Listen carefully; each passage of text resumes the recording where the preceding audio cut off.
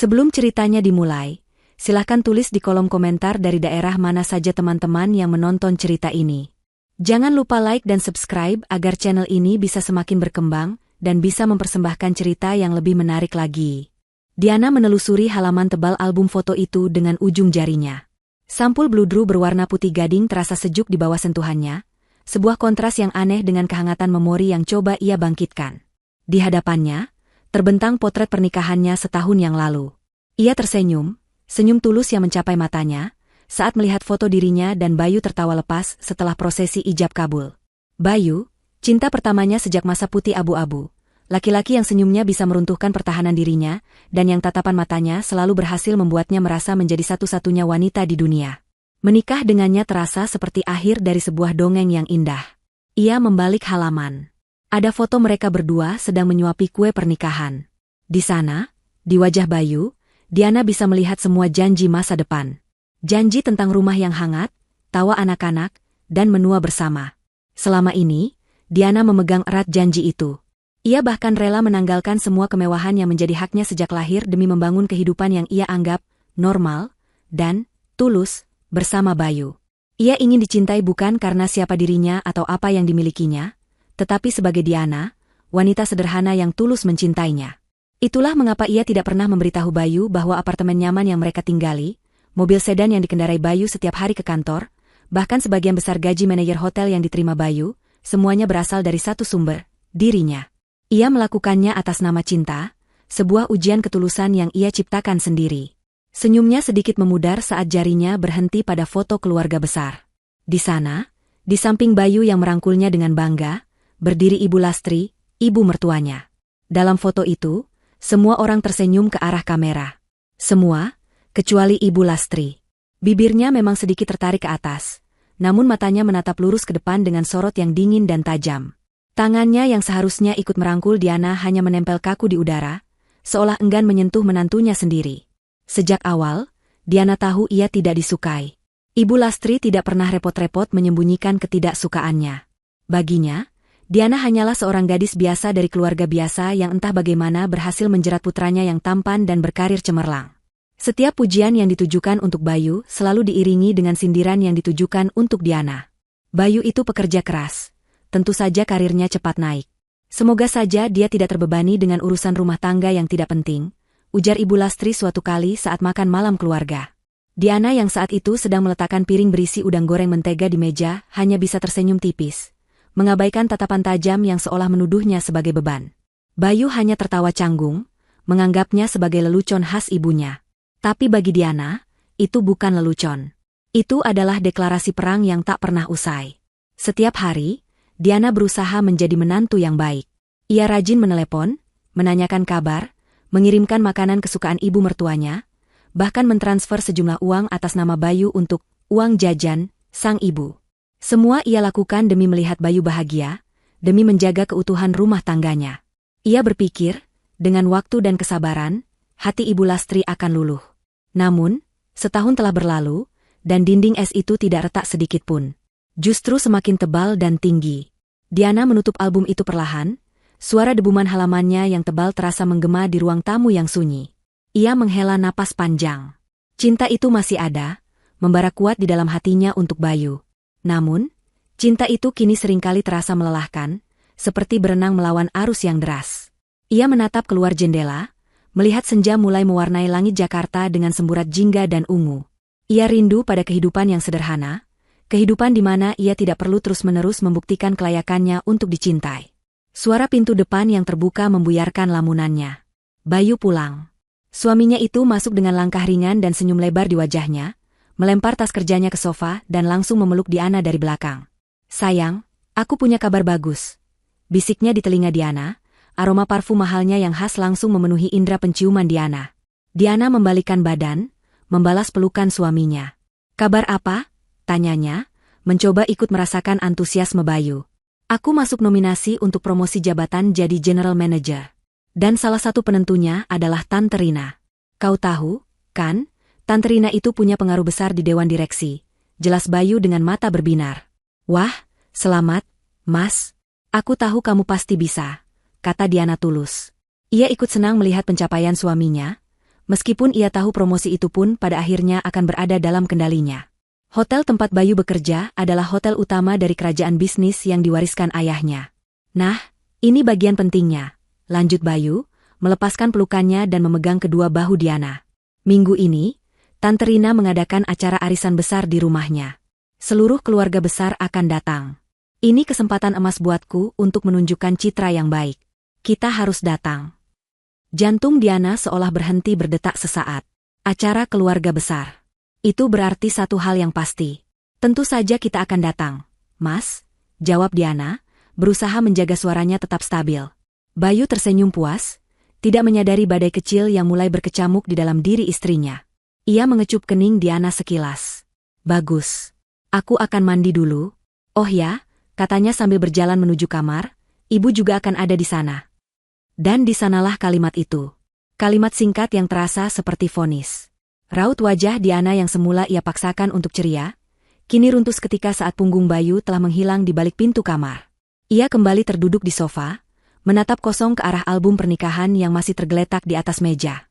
Awan kelabu yang selama ini menggantung di atas pernikahannya terasa semakin gelap, membawa pertanda badai yang akan segera datang. Hari acara arisan itu pun tiba. Sejak pagi, Diana sudah merasakan firasat yang tidak enak. Perutnya terasa melilit, bukan karena sakit, melainkan karena cemas. Ia berdiri di depan lemari pakaiannya yang besar, sebuah lemari tanam yang menempati satu sisi dinding kamar mereka. Di dalamnya, berderet rapi gaun-gaun dari perancang busana ternama, tas-tas kulit berharga puluhan hingga ratusan juta rupiah, dan sepatu-sepatu dengan sol merah yang khas. Ini adalah dunianya yang tersembunyi, sisi lain dari Diana yang tidak pernah ia tunjukkan pada Bayu dan keluarganya. Selama setahun menikah, ia hanya pernah menyentuh koleksi ini sesekali, sekadar untuk membersihkannya dari debu. Ia menghela napas, lalu tangannya bergerak ke bagian lain dari lemari itu, tempat ia menyimpan pakaian-pakaian yang biasa ia kenakan. Pakaian dari merek-merek kelas menengah yang ia beli di pusat perbelanjaan biasa. Pakaian yang membuatnya terlihat seperti Diana, istri seorang manajer hotel, bukan Diana, sang pemilik hotel itu sendiri. Matanya tertuju pada sebuah gaun terusan selutut berwarna biru pastel. Modelnya sederhana, tanpa manik-manik atau hiasan yang berlebihan, namun bahannya berkualitas baik dan potongannya elegan. Gaun itu mencerminkan dirinya. Sederhana, tidak mencolok, namun tetap memiliki kelas. Ia meraih gaun itu. Ini sudah lebih dari cukup. Saat ia selesai merias wajahnya dengan riasan tipis yang natural, Bayu masuk ke kamar. Suaminya tampak sangat gagah dengan kemeja batik sutra lengan panjang yang dipadukan dengan celana bahan berwarna gelap. Ia menatap Diana dari atas ke bawah, keningnya sedikit berkerut. "Kamu akan pakai baju itu?" tanyanya, nadanya terdengar sedikit ragu. "Iya." "Kenapa? Apa tidak cocok?" Diana bertanya sambil merapikan rambutnya yang ia biarkan tergerai. "Bukan tidak cocok, sayang," ujar Bayu sambil mendekat. Ia memegang bahu Diana dan memutarnya menghadap cermin. "Tapi ini acara keluarga Tante Rina. Semua sepupuku, istri-istri mereka semua akan tampil maksimal. Perhiasan mereka dari ujung rambut sampai ujung kaki. Gaunmu terlalu sederhana. Aku lebih nyaman seperti ini, Mas." "Aku tidak suka jadi pusat perhatian," jawab Diana lembut. "Ini bukan soal nyaman atau tidak nyaman, Diana. Ini soal citra. Citraku. Mereka akan melihatmu dan menilai aku. Mereka akan berpikir aku tidak mampu membelikan istriku pakaian yang layak." Desak Bayu, kali ini nadanya terdengar sedikit frustrasi. "Pakai kalung berlian yang kuberikan saat ulang tahunmu. Setidaknya itu bisa sedikit membantu." Diana terdiam. Kalung berlian itu pun sebenarnya ia beli dengan uangnya sendiri. Lalu ia berikan pada Bayu sebagai ide hadiah, agar suaminya tidak perlu pusing memikirkannya. Hatinya terasa perih. Ternyata, di mata Bayu, penampilannya hanyalah perpanjangan dari citra dan harga diri suaminya. Dengan berat hati, ia membuka kotak perhiasan dan mengenakan kalung itu. "Sebuah kompromi kecil," bisiknya dalam hati, demi kedamaian. Perjalanan menuju rumah Tante Rina terasa mencekam. Radio mobil sengaja ia matikan, karena Diana sedang tidak ingin mendengar apapun. Ia hanya ingin keheningan. Namun, keheningan itu pecah saat ponsel Bayu berdering nyaring. Nama, Ibu, tertera di layar dashboard mobil. Bayu mengangkatnya dan mengaktifkan mode pengeras suara. "Halo, Bu? Bayu, kalian sudah di mana? Acaranya sudah mau mulai. Jangan sampai terlambat, Ibu tidak mau malu. Sembur suara cempreng Ibu Lastri dari seberang. Ini sudah di jalan, Bu. Sebentar lagi sampai, jawab Bayu sabar. Menantumu itu, dia pakai baju apa? Awas kalau dia pakai baju yang aneh-aneh lagi seperti waktu itu. Bikin malu keluarga saja. Ibu sudah bilang padamu, carikan dia penata busana atau apa, biar dia tidak kelihatan kampungan. Bagaimana kamu bisa dapat promosi kalau istrimu saja tidak bisa mendukung penampilanmu? Wanita itu seharusnya bisa mengangkat derajat suami, bukan malah membuatnya kelihatan seperti orang susah. Setiap kata yang keluar dari mulut Ibu Lastri terasa seperti tamparan bagi Diana. Ia duduk diam mematung, pandangannya lurus ke depan, tangannya terkepal erat di pangkuannya hingga buku-buku jarinya memutih. Ia bisa merasakan tatapan sekilas Bayu ke arahnya, tatapan yang penuh rasa bersalah namun tak berdaya.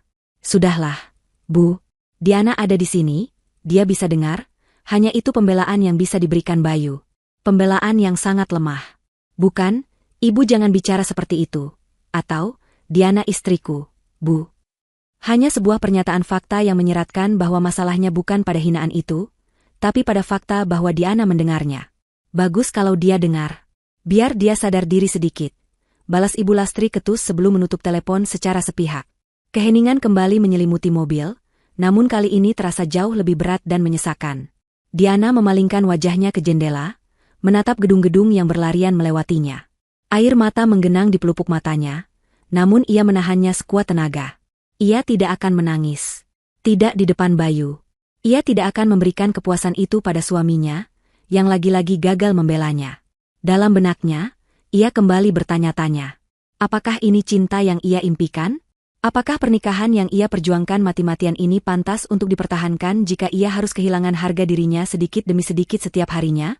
Mobil mereka akhirnya berbelok memasuki sebuah kompleks perumahan mewah. Gerbang-gerbang rumah yang menjulang tinggi seolah menjadi saksi bisu kerapuhan hatinya. Mereka berhenti di depan sebuah rumah paling besar di ujung jalan, dengan pilar-pilar tinggi dan taman yang sangat rawat. Jajaran mobil-mobil mewah Eropa sudah memenuhi halaman depannya. Bayu mematikan mesin mobil. Sebelum turun, ia menoleh pada Diana. Wajahnya tampak serius, bahkan sedikit tegang. Ia meraih tangan Diana, genggamannya terasa dingin. Diana, dengarkan aku, katanya dengan suara rendah. Aku tahu perkataan ibu tadi menyakitkan. Tapi tolong mengerti posisiku. Promosi ini sangat penting untuk masa depan kita. Diana hanya diam, tidak menatapnya. Tolong, lanjut Bayu, suaranya terdengar memohon, namun ada nada perintah yang tak bisa disembunyikan. Kali ini saja, jangan buat masalah. Jaga sikapmu di depan keluarga besarku. Tersenyum, sapa mereka dengan ramah, dan jangan tunjukkan kalau kamu tersinggung. Anggap saja ini sandiwara demi aku. Oke? Perkataan terakhir itu terasa seperti tamparan yang sesungguhnya. Jauh lebih menyakitkan daripada siraman hinaan dari ibu mertuanya. Bayu tidak memintanya untuk menjadi dirinya sendiri. Bayu memintanya untuk bersandiwara, untuk menelan hinaan, untuk mengorbankan harga dirinya demi ambisi sang suami. Pada saat itu, Diana merasa sangat sendirian. Ia bukan lagi seorang istri yang akan mendampingi suaminya di sebuah acara keluarga. Ia adalah seorang prajurit yang dikirim ke medan perang tanpa senjata, tanpa sekutu, dan diperintahkan untuk tidak melawan saat musuh menyerangnya. Dengan hati yang hancur berkeping-keping, ia mengangguk pelan. Begitu kaki Diana melangkah keluar dari mobil, udara hangat dan lembab khas Jakarta seolah langsung menamparnya. Namun, bukan cuaca yang membuatnya merasa sesak, melainkan suasana yang terpancar dari rumah megah di hadapannya. Tawa dan denting gelas terdengar samar dari taman belakang. Sementara beberapa orang berpakaian necis berdiri di teras depan, mengobrol sambil memegang gelas minuman. Bayu, seolah berganti kepribadian begitu mesin mobil mati, langsung memasang senyum terbaiknya. Ia merapikan kemejanya, melingkarkan lengannya di pinggang Diana dengan posesif, dan menuntunnya berjalan di jalan setapak yang terbuat dari batu alam. Genggamannya terasa seperti borgol, bukan rangkulan yang menenangkan. Ingat pesanku tadi, bisiknya singkat, senyumnya tidak pernah lepas dari wajah. Tuan rumah, Tante Rina, menyambut mereka di ambang pintu. Ia adalah seorang wanita parubaya yang wajahnya tampak kencang berkat serangkaian perawatan mahal. Ia memeluk Bayu dengan hangat. Bayu, akhirnya kamu datang juga. Tante kira kamu tidak akan datang. Lalu, matanya beralih ke Diana. Senyumnya sedikit menipis. Diana, apa kabar? Wah, sederhana sekali penampilanmu hari ini. Sapanya terdengar seperti pujian, namun nadanya jelas-jelas sebuah kritik terselubung. Kabar baik, Tante. Tante apa kabar? Jawab Diana sopan, mengabaikan duri dalam kalimat itu. Sebelum Diana sempat melanjutkan, Ibu Lastri muncul dari dalam, seolah sudah menunggu kedatangan mereka. Ia mengenakan kaftan berwarna merah menyala yang berkilauan, perhiasan emas berukuran besar menghiasi leher, pergelangan tangan, dan jari-jarinya. Ia tampak seperti toko perhiasan berjalan. Dengan sengaja, ia melewati Diana seolah menantunya itu tidak kasat mata, dan langsung memeluk Bayu dengan dramatis. "Anakku, akhirnya datang juga kesayangan ibu," serunya dengan suara melengking yang dibuat-buat, cukup keras untuk menarik perhatian beberapa tamu di dekatnya. Ia menciumi pipi Bayu berkali-kali. "Kamu tampak kurus sekali, Nak. Apa istrimu ini tidak memberimu makan yang benar di rumah?" Diana hanya bisa mematung di tempatnya, merasakan tatapan beberapa pasang mata kini tertuju padanya. Beberapa berbisik di balik kipas atau gelas minuman mereka. Bayu tertawa canggung. "Ah, ibu ini bisa saja. Diana masakannya enak, kok." Jawaban yang lagi-lagi tidak membelanya, melainkan hanya menangkis serangan ibunya dengan lemah. Setelah melepaskan pelukannya dari Bayu, barulah Ibu Lastri menoleh pada Diana. Matanya yang dilapisi celak tebal memindai penampilan Diana dari ujung rambut sampai ujung kaki dengan tatapan menghina. Ia berdecak lidah dengan keras. Diana, saya ini sampai pusing melihatmu. Kamu itu istri seorang manajer hotel bintang 5. Penampilanmu harus dijaga. Ini lihat," katanya sambil menarik ujung gaun Diana dengan 2 jari, seolah sedang memegang kain lap kotor. "Baju macam apa ini? Warnanya pucat. Modelnya seperti baju orang mau melayat. Kamu tidak punya baju lain yang lebih pantas? Apa uang belanja yang diberikan Bayu kurang?" Darah Diana mulai mendidih. Ia menarik napas dalam-dalam, berusaha menjaga ketenangannya. "Saya suka gaun ini, Bu. Saya merasa nyaman." "Nyaman, nyaman. Hidup ini bukan cuma soal nyaman," bentak Ibu Lastri, suaranya naik 1 oktav. "Hidup ini soal status. Penampilan. Bayu sedang berusaha keras meniti karir. Seharusnya kamu mendukungnya. Bukan malah membuatnya malu dengan penampilan desamu ini." Bayu yang melihat situasi mulai memanas segera menengahi. "Sudah, Bu, sudah. Banyak tamu. Ayo, kita ke dalam." Ia menarik lengan ibunya, lalu menatap Diana dengan tatapan, "Jangan cari masalah." Ia kemudian menuntun ibunya bergabung dengan kerumunan tamu lain, meninggalkan Diana berdiri sendirian di dekat pintu, merasa terhina dan ditinggalkan. Ia seperti pajangan tak diundang di pestanya sendiri. Ia bisa melihat Bayu langsung dikerumuni oleh beberapa paman dan sepupunya. Mereka tertawa, menepuk punggungnya, membicarakan bisnis dan golf. Bayu tampak begitu hidup dan nyaman di dunianya. Dunia yang seolah tidak memiliki ruang untuk Diana. Dengan langkah berat, Diana berjalan menuju meja minuman, mengambil segelas jus jeruk dan mencari sudut yang paling tidak mencolok di taman belakang yang luas itu. Ia hanya ingin acara ini cepat berakhir. Namun, Ibu Lastri sepertinya punya rencana lain. Wanita itu tampaknya menjadikan penghinaan terhadap Diana sebagai misi utamanya hari itu. Dimanapun Diana berada, Ibu Lastri seolah selalu ada di dekatnya, memastikan semua orang mendengar betapa tidak bergunanya menantunya itu. Ketika sekelompok ibu-ibu sosialita sedang membicarakan liburan mereka ke Jepang, Ibu Lastri dengan sengaja bergabung. "Ah, Jepang. Bayu juga sudah lama ingin mengajak saya ke sana.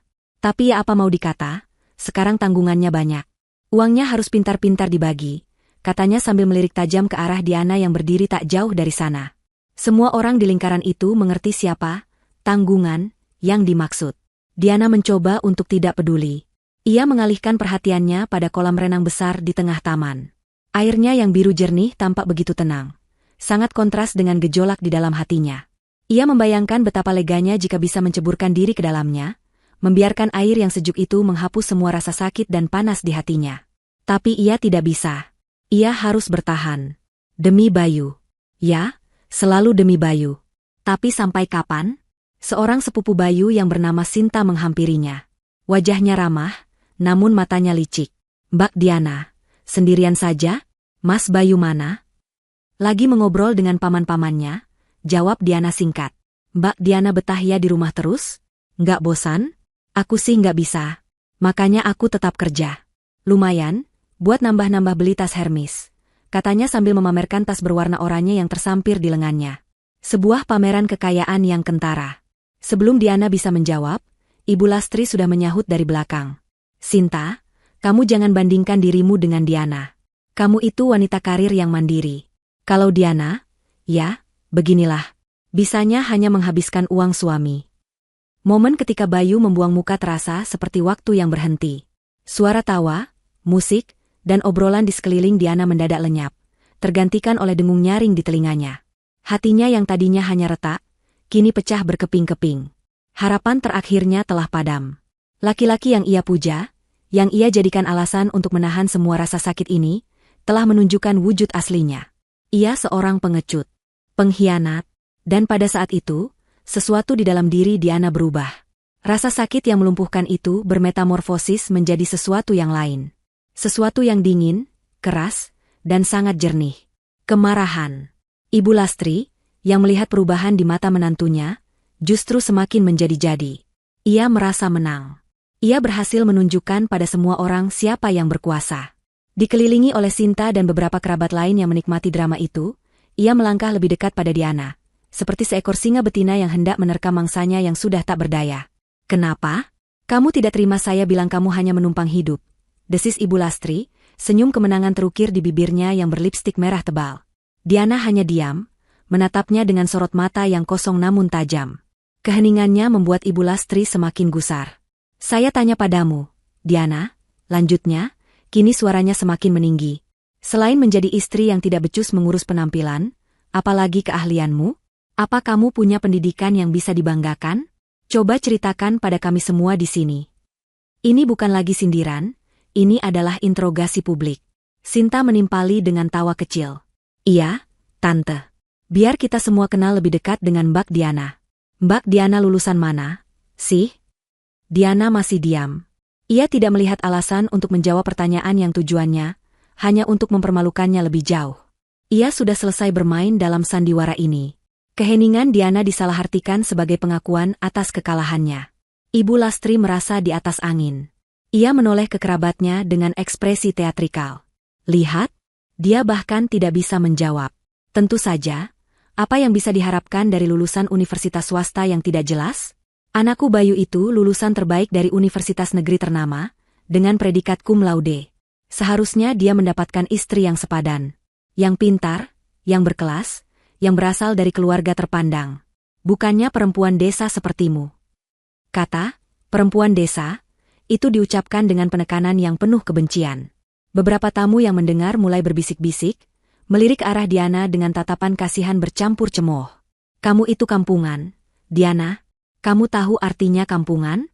Norak, lihat saja caramu berdiri, caramu diam. Sama sekali tidak punya etiket. Saya malu mengakui kamu sebagai menantuku. Kamu itu aib bagi keluarga kami. Kamu itu parasit yang hanya bisa bergantung pada anakku." Rentetan hinaan itu keluar tanpa jeda, seperti peluru yang ditembakkan dari senapan mesin. Diana merasakan pipinya panas, tapi bukan karena malu. Itu adalah panas dari amarah yang selama ini ia tekan, yang kini mulai naik ke permukaan. Ia mengepalkan tangannya di sisi tubuhnya, kukunya menancap di telapak tangannya, mencoba menyalurkan emosinya agar tidak meledak.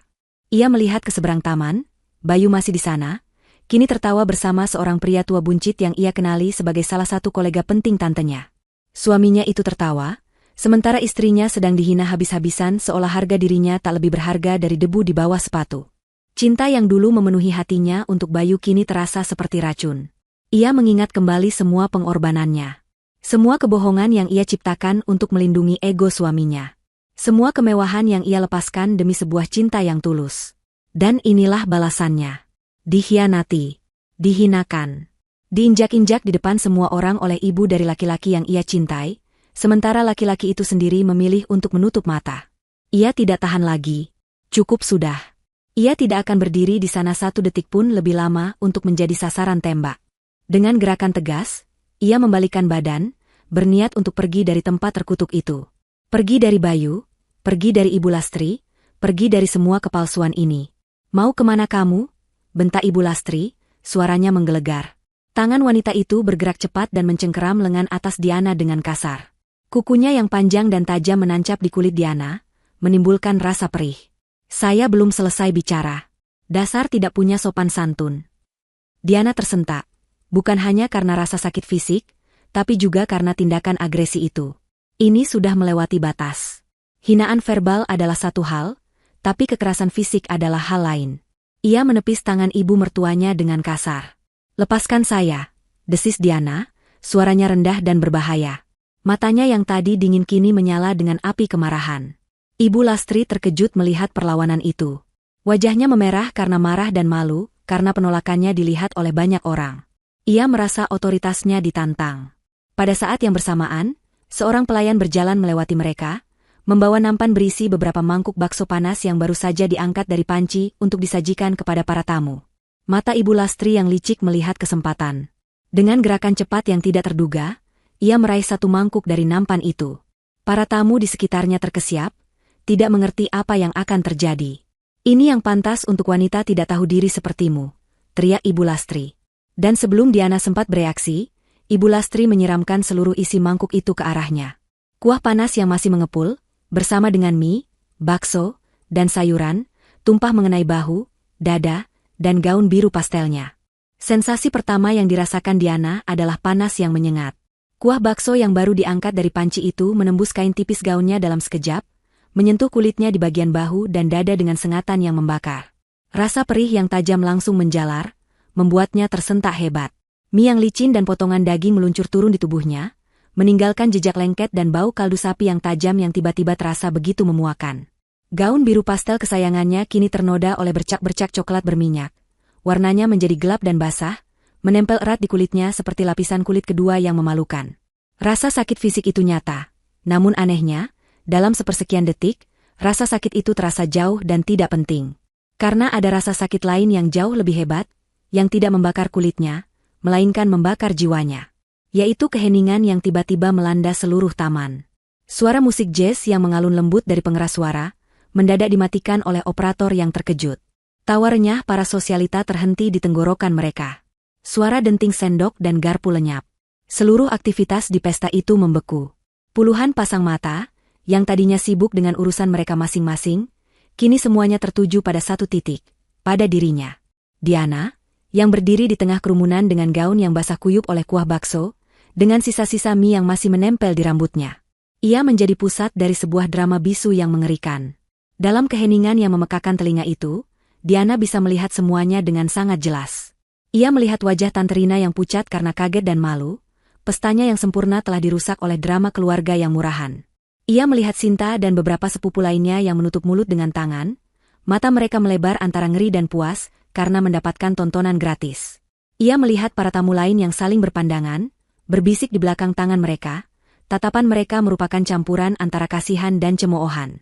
Dan kemudian, ia melihat Ibu Lastri. Wanita itu berdiri terengah-engah, dadanya naik turun, mangkuk bakso yang kosong masih berada di tangannya. Di wajahnya, ada ekspresi kaget sesaat atas tindakannya sendiri, namun itu cepat berlalu, digantikan oleh seringai puas dan kemenangan yang bengis. "Nah, sekarang penampilanmu baru cocok dengan kelakuanmu yang tidak tahu aturan," desis Ibu Lastri, mencoba membenarkan perbuatannya di depan semua orang. Namun, tatapan Diana tidak berhenti di sana. Matanya mencari, melewati semua wajah-wajah itu, mencari satu-satunya orang yang seharusnya penting. Dan ia menemukannya. Bayu. Suaminya berdiri di dekat panggung, sekitar 10 meter darinya. Ia tidak mungkin tidak melihatnya. Keributan itu terlalu besar untuk diabaikan. Mata Bayu terbelalak, mulutnya sedikit terbuka karena syok. Ia melihat keadaan Diana yang menyedihkan, melihat mangkuk kosong di tangan ibunya, dan ia mengerti apa yang baru saja terjadi. Untuk sesaat, Diana melihat suaminya itu mengambil satu langkah maju, seolah terdorong oleh refleks untuk menolongnya. Hatinya yang sudah hancur sempat berkedip dengan setitik harapan. Mungkin kali ini berbeda. Mungkin melihat istrinya diserang secara fisik akan membangkitkan sisi lelakinya. Tapi harapan itu padam secepat kemunculannya. Bayu berhenti. Kakinya terpaku di tempat. Matanya bergerak panik dari Diana, ke ibunya yang tampak garang, lalu ke wajah-wajah penting di sekelilingnya. Paman-pamannya, kolega tantenya, orang-orang yang memegang kunci promosinya. Diana bisa melihat dengan jelas pergulatan di wajah suaminya. Ia bisa melihat kalkulasi dingin yang terjadi di otaknya. Membelanya berarti menciptakan keributan yang lebih besar, menentang ibunya di depan umum, dan yang terburuk, menghancurkan citra, keluarga harmonis, yang ia butuhkan untuk karirnya. Dan Bayu membuat pilihan. Ia memilih karirnya. Ia memilih ibunya. Ia memilih citranya. Ia tidak memilih istrinya. Ia hanya berdiri di sana, membeku, menjadi penonton yang pasif atas penghinaan paling puncak yang diterima istrinya. Keheningannya, kepasifannya, adalah pengkhianatan terbesar dari semuanya. Itu adalah pukulan terakhir yang menghancurkan sisa-sisa cinta dan hormat Diana untuknya. Saat itu, Diana tahu, semuanya benar-benar sudah berakhir. Ujian ketulusan yang ia ciptakan selama setahun ini telah selesai. Hasilnya, kegagalan total yang menyakitkan. Sesuatu yang luar biasa terjadi di dalam diri Diana. Rasa sakit yang membakar di kulitnya, dan di hatinya tiba-tiba surut. Rasa malu yang tadi sempat menyelimutinya menguap begitu saja. Semua emosi yang bergejolak itu, kesedihan, kekecewaan, kepedihan, semua melebur dan mengeras menjadi satu hal, amarah yang dingin dan membeku. Amarah yang memberikan kejernihan luar biasa. Kabut cinta buta yang selama ini menutupi pandangannya tersingkap. Ia tidak lagi melihat Bayu sebagai cinta masa SMA-nya yang menawan. Ia melihatnya sebagai laki-laki lemah yang egois. Ia tidak lagi melihat Ibu Lastri sebagai ibu mertua yang sulit. Ia melihatnya sebagai wanita jahat yang kejam. Persona istri yang sabar dan sederhana yang selama ini ia mainkan dengan begitu meyakinkan, kini retak dan hancur berkeping-keping. Dari balik puing-puing itu, bangkitlah sosok Diana yang sesungguhnya. Seorang wanita yang terbiasa memimpin rapat dewan direksi, yang terbiasa membuat keputusan bernilai miliaran rupiah, yang tidak akan pernah membiarkan siapapun menginjak-injak harga dirinya. Singa betina itu telah bangun. Dengan gerakan yang lambat dan terkendali, ia mengangkat tangannya. Jari-jarinya yang gemetar beberapa saat yang lalu kini begitu mantap. Ia menyentuh pipinya, mengambil sehelai mie yang menempel di sana, dan menjatuhkannya ke lantai seolah itu adalah sampah yang menjijikan. Ia tidak menangis. Tidak ada satupun air mata yang jatuh. Ia lalu menegakkan punggungnya, berdiri tegak dan angkuh di tengah kekacauan itu. Kepalanya terangkat tinggi, tatapan matanya yang tadi penuh luka kini berubah menjadi dingin seperti es di kutub. Tatapan itu menyapu kerumunan, menatap Ibu Lastri, lalu berhenti pada Bayu. Tatapan yang tidak lagi meminta tolong, melainkan menjatuhkan vonis. Keheningan yang mencekam itu akhirnya pecah. Bukan oleh isak tangis Diana, bukan oleh teriakan Ibu Lastri, bukan pula oleh suara Bayu. Keheningan itu pecah oleh suara Diana sendiri. Suara yang terdengar sangat tenang, rendah, namun memiliki bobot dan kekuatan yang membuat semua orang yang mendengarnya merinding. Cukup. Satu kata. Hanya satu kata. Tapi kata itu diucapkan dengan otoritas seorang ratu yang baru saja merebut kembali tahtanya. Kata itu adalah sebuah deklarasi. Waktu bermain sudah selesai. Seluruh taman seolah menahan napas secara kolektif. Nama, Pak Hartono yang berpendar di layar ponsel Diana terasa memiliki bobot yang luar biasa. Bagi sebagian besar tamu di sana, nama itu adalah sinonim dari kekuasaan dan kesuksesan di dunia perhotelan.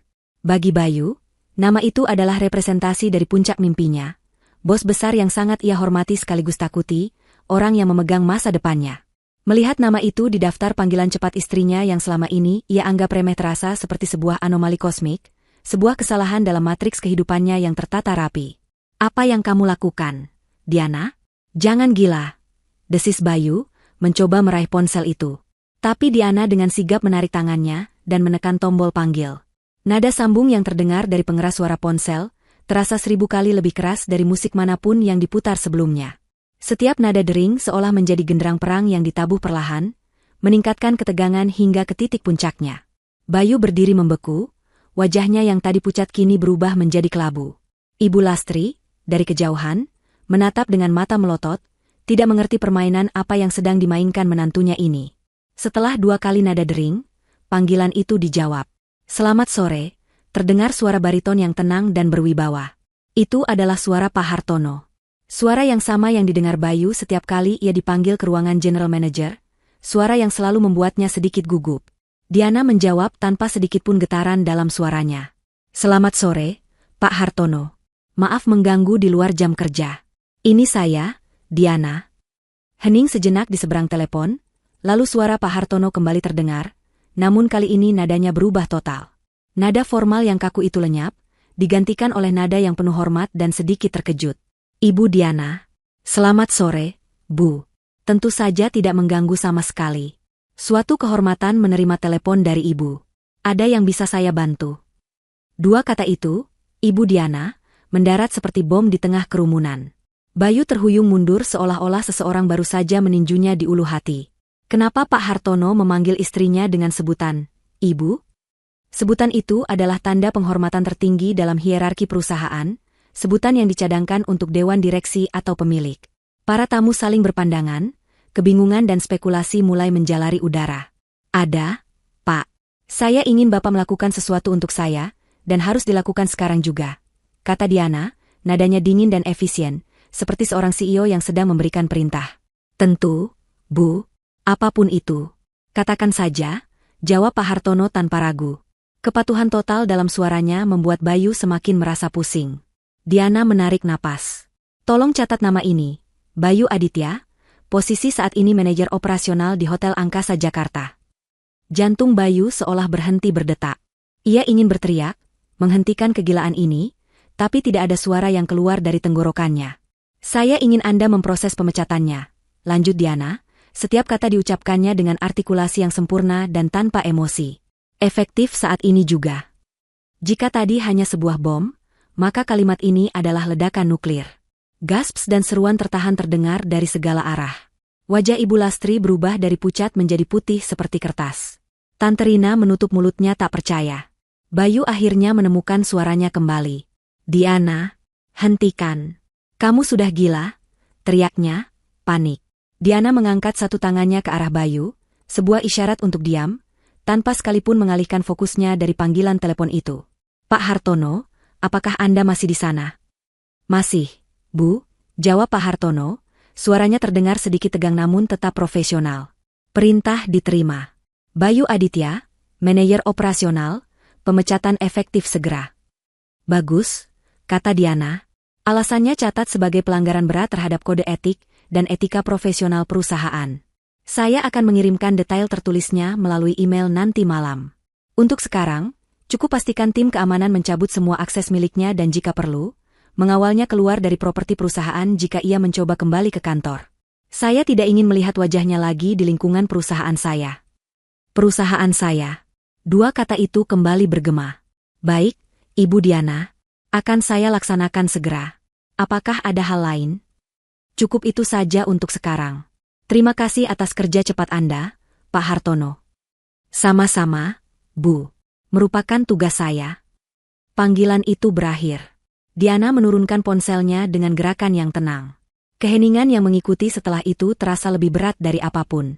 Semua mata kini menatap Diana bukan lagi dengan tatapan kasihan atau cemooh, melainkan dengan campuran rasa takut, takjub, dan kebingungan yang luar biasa. Wanita yang beberapa menit lalu basah kuyup, karena kuah bakso kini berdiri di sana, seperti seorang ratu yang baru saja menjatuhkan hukuman mati pada seorang pengkhianat. Bayu, yang dunianya baru saja runtuh di depan matanya, akhirnya menerjang maju. Ia mencengkeram lengan Diana, matanya liar penuh keputusasaan. Apa yang sudah kamu lakukan? Siapa kamu sebenarnya? Kamu pikir kamu siapa bisa menyuruh-nyuruh Pak Hartono seperti itu? Ini semua pasti hanya lelucon, kan? Kamu membayar seseorang untuk berpura-pura menjadi Pak Hartono, kan? Diana menatap cengkeraman tangan Bayu di lengannya, lalu menatap mata suaminya dengan dingin. Lepaskan aku. Jawab aku, Diana. Dengan satu sentakan kuat, Diana melepaskan cengkeraman Bayu. Kamu bertanya aku pikir aku siapa? Tanyanya, suaranya yang tadi tenang kini mulai bergetar karena amarah yang ditahan. Kamu, dari semua orang, berani bertanya siapa aku? Ia mengambil satu langkah mendekat, memaksa Bayu untuk mundur. Pak Hartono adalah general manager yang melapor langsung kepada Dewan Direksi. Dan seluruh Dewan Direksi di Angkasa Group melapor kepadaku. Ia berhenti, membiarkan informasi itu meresap ke dalam otak Bayu yang sudah kelebihan beban. Hotel Angkasa Jakarta, hotel mewah bintang 5 tempatmu bekerja dengan sangat bangga. Hotel yang memberimu status, memberimu gaji, memberimu ilusi bahwa kamu adalah orang hebat. Diana tersenyum, senyum paling mengerikan yang pernah Bayu lihat. Hotel itu hanyalah salah satu dari 7 hotel mewah di bawah bendera Angkasa Group. Dan aku, Diana Prameswari, perempuan kampungan tidak berpendidikan yang kau biarkan ibumu siram dengan kuah bakso. Suaranya naik menjadi sebuah proklamasi yang menggema di seluruh taman, adalah pemilik dan pemegang saham mayoritas dari seluruh Angkasa Group. Dunia seakan berhenti berputar. Udara terasa terhisap dari paru-paru semua orang. Pengakuan itu begitu monumental, begitu mustahil, namun diucapkan dengan keyakinan yang tak terbantahkan. Ibu Lastri terhuyung ke belakang dan jatuh terduduk di kursi terdekat. Tangannya gemetar hebat, wajahnya menunjukkan kengerian mutlak seolah baru saja melihat hantu. Bayu hanya bisa menatap Diana, mulutnya terbuka, matanya kosong. Ia mencoba menghubungkan semua titik. Uang yang tak ada habisnya. Pengetahuan Diana yang kadang-kadang mengejutkan tentang bisnis. Keengganannya untuk berbicara tentang keluarganya. Semuanya kini masuk akal dengan cara yang paling mengerikan. Wanita yang tidur di sebelahnya setiap malam, wanita yang ia anggap sebagai beban dan aksesori, ternyata adalah ratu dari kerajaan tempat ia hanyalah seorang prajurit rendahan. Dan ia baru saja membiarkan ibunya menyatakan perang terhadap ratu tersebut.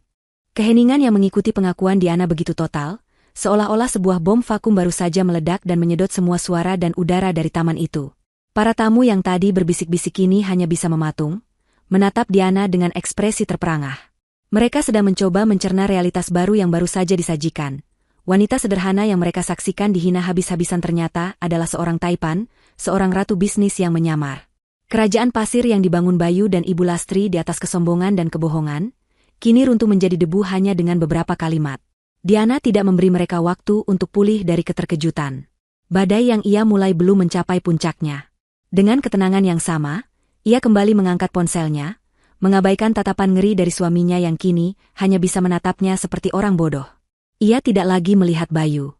Di matanya, laki-laki itu sudah menjadi tidak relevan. Jarinya kembali menari di atas layar, kali ini mencari nama lain di kontaknya. Satu masalah selesai. Gumamnya pada diri sendiri, cukup keras untuk didengar oleh orang-orang di dekatnya. Ia menekan tombol panggil sekali lagi, dan kembali mengaktifkan mode pengeras suara. Selamat sore, dengan Budi di sini, terdengar suara seorang pria yang ramah. Selamat sore, Pak Budi. Ini Diana Prameswari, jawab Diana. Suara di seberang telepon langsung berubah menjadi sigap dan formal. Oh, Ibu Diana. Selamat sore, Bu. Ada yang bisa saya bantu untuk Ibu hari ini? Bayu mengenali nama itu. Pak Budi adalah manajer relasi prioritas dari bank tempat ia memiliki beberapa kartu kredit.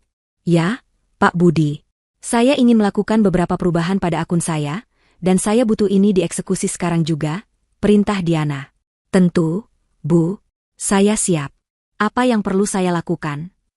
Saya ingin memblokir dan menutup semua kartu kredit tambahan yang terhubung dengan rekening utama saya. Semua kartu atas nama Bayu Aditya. Kartu Platinum, kartu Black Card, semuanya. Tolong pastikan pemblokiran efektif dalam 5 menit ke depan. Bayu merasa seolah lantai di bawah kakinya menghilang. Kartu-kartu itu adalah simbol statusnya. Ia menggunakannya untuk mentraktir kolega, membeli barang-barang mewah, dan membiayai gaya hidup yang jauh di atas kemampuannya. Tanpa kartu-kartu itu, ia bukan siapa-siapa. Baik, Bu. Sedang saya proses sekarang juga, jawab Pak Budi tanpa bertanya. Penutupan kartu kredit tambahan atas nama Tuan Bayu Aditya. Ada lagi, Bu? Tidak, itu saja. Terima kasih. Diana menutup telepon. Ia kemudian menatap lurus ke arah Bayu yang gemetar. Selamat menikmati sisa limit gajimu yang tidak seberapa itu. Tapi ia belum selesai. Masih ada satu panggilan lagi. Panggilan terakhir yang akan menyegel nasib mereka. Ia mencari nama pengacaranya. Halo, Rina? Ini Diana. Diana, tumben sekali menelepon sore-sore begini. Ada apa? Jawab suara seorang wanita yang terdengar cerdas dan tajam. Aku butuh bantuanmu, dan ini darurat, kata Diana. Siapkan surat gugatan cerai atas namaku. Tergugat, Bayu Aditya. Alasan, kekerasan dalam rumah tangga dalam bentuk kekerasan psikis dan verbal yang berkelanjutan. Aku mau prosesnya dipercepat. Jika tadi Bayu merasa dunianya runtuh, kini ia merasa jiwanya ditarik paksa dari tubuhnya. Cerai.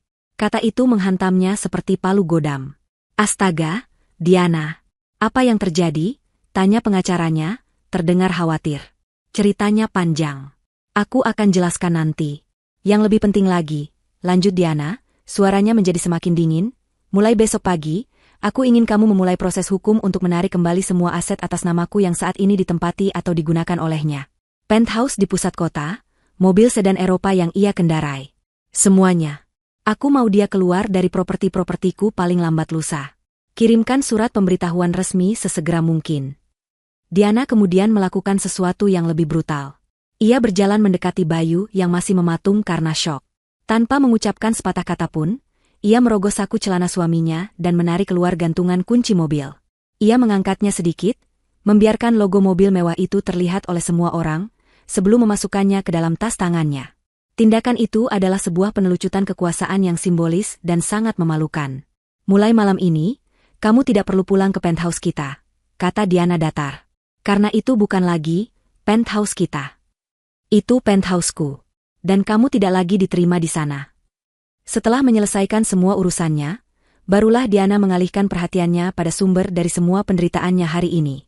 Ia berjalan melewati Bayu, mendekati Ibu Lastri yang masih terduduk gemetar di kursinya. Wanita yang tadinya begitu arogan dan garang itu kini tampak kecil dan rapuh. Matanya penuh dengan ketakutan yang tak terhingga. Dan Anda, Bu, kata Diana, berdiri menjulang di hadapan ibu mertuanya. Suaranya tidak lagi marah, hanya terdengar kosong dan lelah. Uang bulanan 20 juta yang selalu Anda banggakan itu, berhenti mulai detik ini. Nikmati perhiasan-perhiasan yang menempel di tubuh Anda itu, karena mungkin itu adalah barang berharga terakhir yang Anda miliki. Diana mencondongkan tubuhnya sedikit. Rumah yang Anda tempati sekarang, yang katanya hasil jerih payah anak Anda, cicilannya masih panjang. Tanpa gaji dari perusahaan saya ragu putra kesayangan Anda itu bisa membayarnya. Semoga Anda menikmati rasanya kembali hidup sederhana. Kehidupan yang selalu Anda pandang hina. Saat itulah, akhirnya, keterkejutan Bayu dan Ibu Lastri pecah, digantikan oleh gelombang kepanikan dan teror yang luar biasa. Realitas dari kehancuran total mereka, akhirnya menampar dengan keras. Diana, sayang, jangan. Bayu tersadar dari kelumpuhannya. Dengan gerakan putus asa, ia menjatuhkan dirinya ke lantai, berlutut di depan Diana. Ia merangkak dan memeluk kaki Diana, wajahnya basah oleh air mata penyesalan yang terlambat. Aku minta maaf. Aku salah. Aku pengecut. Aku mohon, jangan tinggalkan aku. Jangan lakukan ini. Aku akan melakukan apa saja. Ibu Lastri, melihat putranya bersujud seperti itu, juga ikut tersadar. Dunianya, status sosialnya, kebanggaannya, semuanya lenyap dalam sekejap. Dengan tubuh yang gemetar, ia juga turun dari kursinya dan bersujud di dekat putranya, mencoba meraih ujung gaun Diana yang kotor. Diana, maafkan ibu, nak, ibu salah. Ibu hilaf. Tolong, jangan hancurkan hidup anak ibu. Jangan hancurkan kami. Pemandangan itu begitu menyedihkan sekaligus ironis. Dua orang yang beberapa saat lalu berdiri angkuh dan menginjak-injak harga dirinya, kini bersujud di kakinya, mengemis belas kasihan di depan semua orang yang tadi menjadi penonton penghinaan mereka. Setelah pintu mahoni yang berat itu tertutup di belakang Diana, kepergiannya meninggalkan kekosongan yang jauh lebih besar daripada sekadar hilangnya satu orang dari sebuah pesta. Ia seolah membawa serta semua oksigen, semua martabat, dan semua kepura-puraan yang ada di taman itu. Yang tersisa hanyalah Bayu dan Ibu Lastri, yang masih bersujud di atas rumput yang lembab, dalam keheningan yang memalukan di bawah tatapan puluhan pasang mata. Ratapan mereka yang tadi begitu histeris kini perlahan memudar menjadi isak tangis yang pilu dan putus asa. Pesta itu sudah mati. Para tamu, yang beberapa saat lalu menikmati hidangan dan gosip, kini merasa sangat canggung. Mereka mulai bubar secara diam-diam, seperti penonton teater yang bergegas keluar setelah pertunjukan yang mengerikan berakhir. Mereka menghindari kontak mata dengan Bayu dan ibunya, berjalan melewati mereka seolah-olah dua sosok yang bersujud itu adalah patung kesedihan yang tak terlihat. Bisikan-bisikan mereka kini bukan lagi tentang kekaguman pada keluarga itu, melainkan tentang betapa dalamnya jurang kejatuhan mereka. Tante Rina adalah orang pertama yang memecah keheningan dengan amarah. Wajahnya yang tadi pucat kini merah padam karena malu. Pestanya yang megah telah menjadi ajang sirkus, dan ia adalah pemilik sirkusnya. Ia menghampiri Ibu Lastri dan Bayu dengan langkah cepat.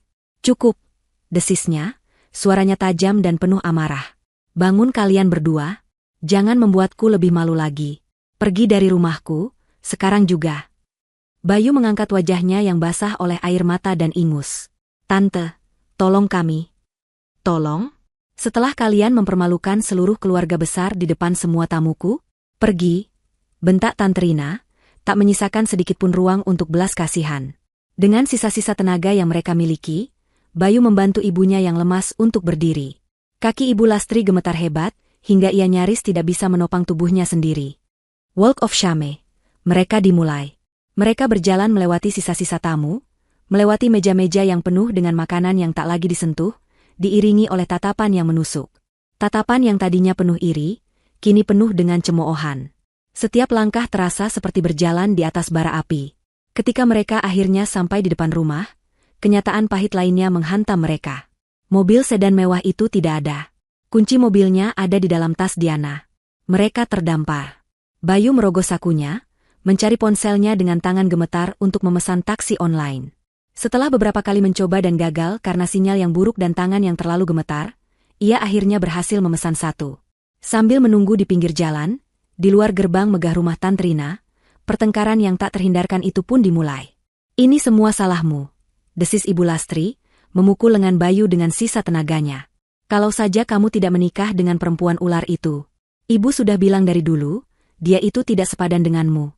Lihat apa yang terjadi sekarang. Hidup kita hancur."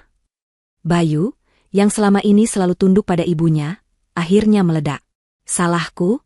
Ini salah ibu. Kalau saja ibu tidak terus-terusan menghinanya. Kalau saja ibu tidak menyiramnya dengan kuah bakso sialan itu. Semua ini tidak akan terjadi. Dia sudah sabar selama setahun ini, Bu. Ibu yang mendorongnya sampai ke batas kemampuannya. Jadi sekarang kamu menyalahkan ibumu sendiri?" Anak tidak tahu diuntung. Ibu yang tidak tahu diri. Hidup mewah dengan uang menantu yang ibu hina setiap hari. Pertengkaran sengit mereka terhenti saat taksi yang dipesan tiba. Perjalanan pulang terasa seperti perjalanan menuju tiang gantungan. Tidak ada lagi percakapan, yang ada hanya isak tangis tertahan dari Ibu Lastri dan napas berat Bayu yang dipenuhi amarah dan keputusasaan. Mereka tiba di lobi apartemen mewah yang selama ini menjadi kebanggaan mereka.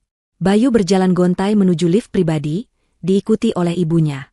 Ia menempelkan kartu aksesnya. Lampu indikator berkedip merah. Akses ditolak. Ia mencoba lagi. Hasilnya sama. Kepanikan mulai menjalari dirinya. Ia mencoba menggunakan kode sandi. Gagal. Diana tidak main-main. Ia benar-benar telah dikunci keluar. "Kenapa? Kenapa tidak bisa terbuka?" rengek Ibu Lastri. "Dia sudah menggantinya," jawab Bayu kosong. Mereka terduduk lemas di sofa lobi, menjadi tontonan satpam dan resepsionis yang menatap mereka dengan curiga. Bayu kembali mengeluarkan ponselnya, mencoba menelepon Diana. Panggilannya langsung dialihkan ke kotak suara. Ia menelepon lagi dan lagi, puluhan kali, namun hasilnya sama. Ia lalu mengirimkan rentetan pesan singkat. "Diana, sayang, angkat teleponnya. Aku mohon. Aku minta maaf. Aku benar-benar minta maaf. Aku salah, aku pengecut. Beri aku satu kesempatan lagi. Aku cinta padamu, Diana. Tolong jangan lakukan ini pada kita. Kalau kamu tidak menjawab, aku akan." Ancamannya menggantung di udara. Ia bahkan tidak tahu apa yang bisa ia lakukan. Ia tidak punya apa-apa lagi. Semua pesannya hanya berbalas centang 2 berwarna abu-abu. Diana bahkan tidak membacanya. Kenyataan finansial mulai mencekik. Ia harus mencari tempat untuk menginap malam ini. Ia membuka aplikasi pemesanan hotel, mencari hotel bintang 5 yang biasa ia datangi. Saat hendak melakukan pembayaran dengan kartu kredit platinumnya, transaksi itu ditolak. Ia mencoba kartu black card. Ditolak. Ia mencoba kartu debit. Dana tidak mencukupi. Semua akses keuangannya telah diputus total. Malam itu, Bayu Aditya, manajer yang sedang naik daun, dan ibunya, sosialita yang terhormat, harus menginap di sebuah motel kecil yang pengap di pinggiran kota. Mereka membayar sisa uang tunai yang ada di dompet Bayu. Kamar itu berbau apek. Spraynya terasa lembab, dan suara kendaraan dari jalan raya terdengar bising menembus jendela kaca yang tipis.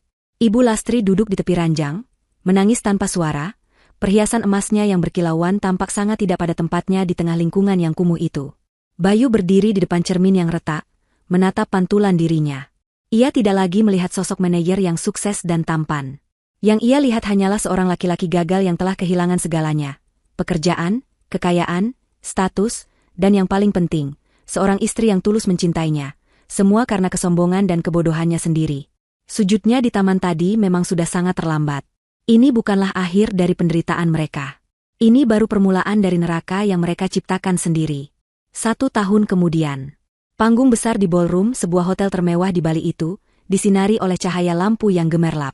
Di atas panggung, berdiri seorang wanita yang memancarkan aura kepercayaan diri dan keanggunan.